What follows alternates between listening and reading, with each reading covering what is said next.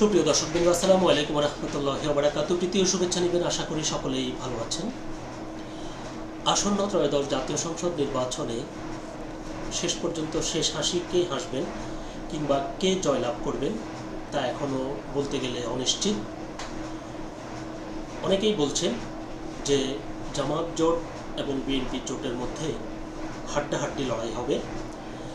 এরকম একটি প্রেক্ষাপটে জামাত জোট যদি সরকার গঠন করে, সেক্ষেত্রে তাদের মন্ত্রীদের তালিকায় কারা থাকবেন তা নিয়ে অনেকের মধ্যেই কৌতূহল রয়েছে। সেই কৌতূহল নিবারণের জন্যই বলতে গেলে একটি নাম প্রকাশ্যে নিয়ে এসেছেন জামায়াতে আমির।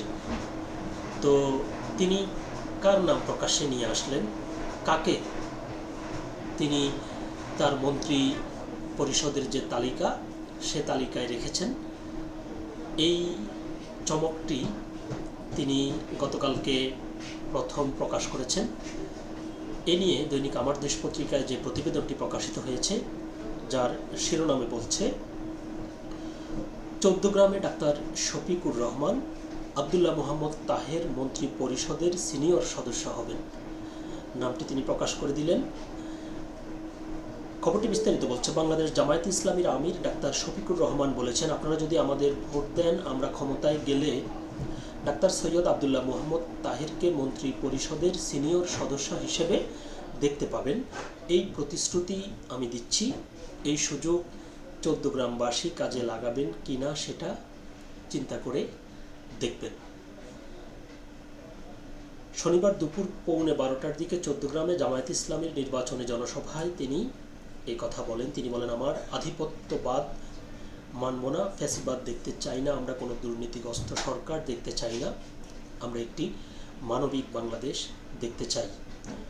ডাক্তার শফিকুর রহমান আরও বলেন, আমরা এই বাংলাদেশটা যুব সমাজের হাতে তুলে দিতে চাই। এর প্রমাণ হচ্ছে যুবকদের সংগঠন আমাদের সাথে।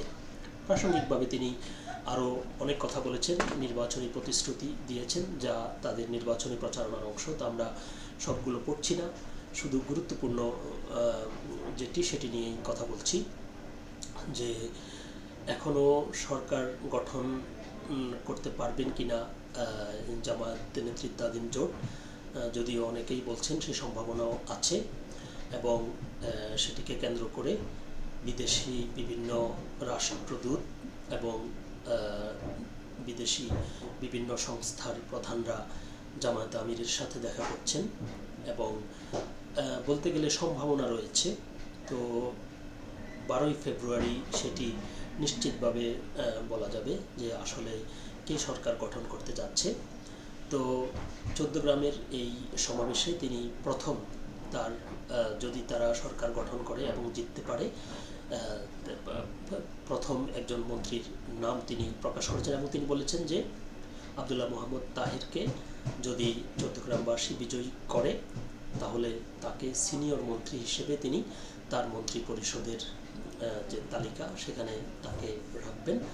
এখন চৌদ্দগ্রামবাসীর তাদেরকেই বিবেচনা করতে হবে, তারা ডাক্তার সৈয়দ আবদুল্লাহ মোহাম্মদ তাহেরকে তারা নির্বাচিত করবেন কিনা, এটি তিনি তাদের বিবেচনায় ছেড়ে দিয়েছেন।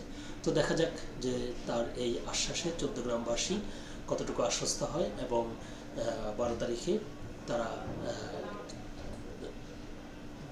ডাক্তার সৈয়দ আবদুল্লাহ মোহাম্মদ তাহেরকে বিজয়ী করে কিনা। আমাদের সবার চোখ থাকবে সেদিকে। তো সকলে ভালো থাকবেন, সুস্থ থাকবেন। আল্লাহ হাফিজ।